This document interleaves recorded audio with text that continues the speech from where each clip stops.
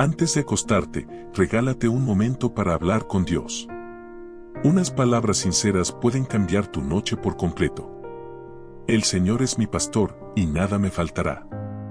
Cuando mis ojos se cierren, su cuidado me rodeará a mí y a mi familia. Ninguna sombra puede tocar lo que Él protege. Gracias, Señor, por mi hogar y por tu compañía. Tu paz llena cada rincón y tu luz ahuyenta toda inquietud. Esta noche dejo mis cargas en tus manos. No quiero dormir con temor ni ansiedad, porque sé que ya preparaste el día de mañana y todo está bajo tu cuidado. También te pido perdón por aquello que te ha dolido y no debía ser. Purifica mi corazón, restaura lo que falló y regálame un descanso tranquilo.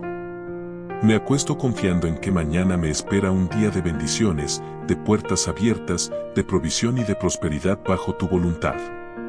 Si esta oración habló a tu espíritu, escribe amén con fe. Dios cuidará de tu sueño esta noche.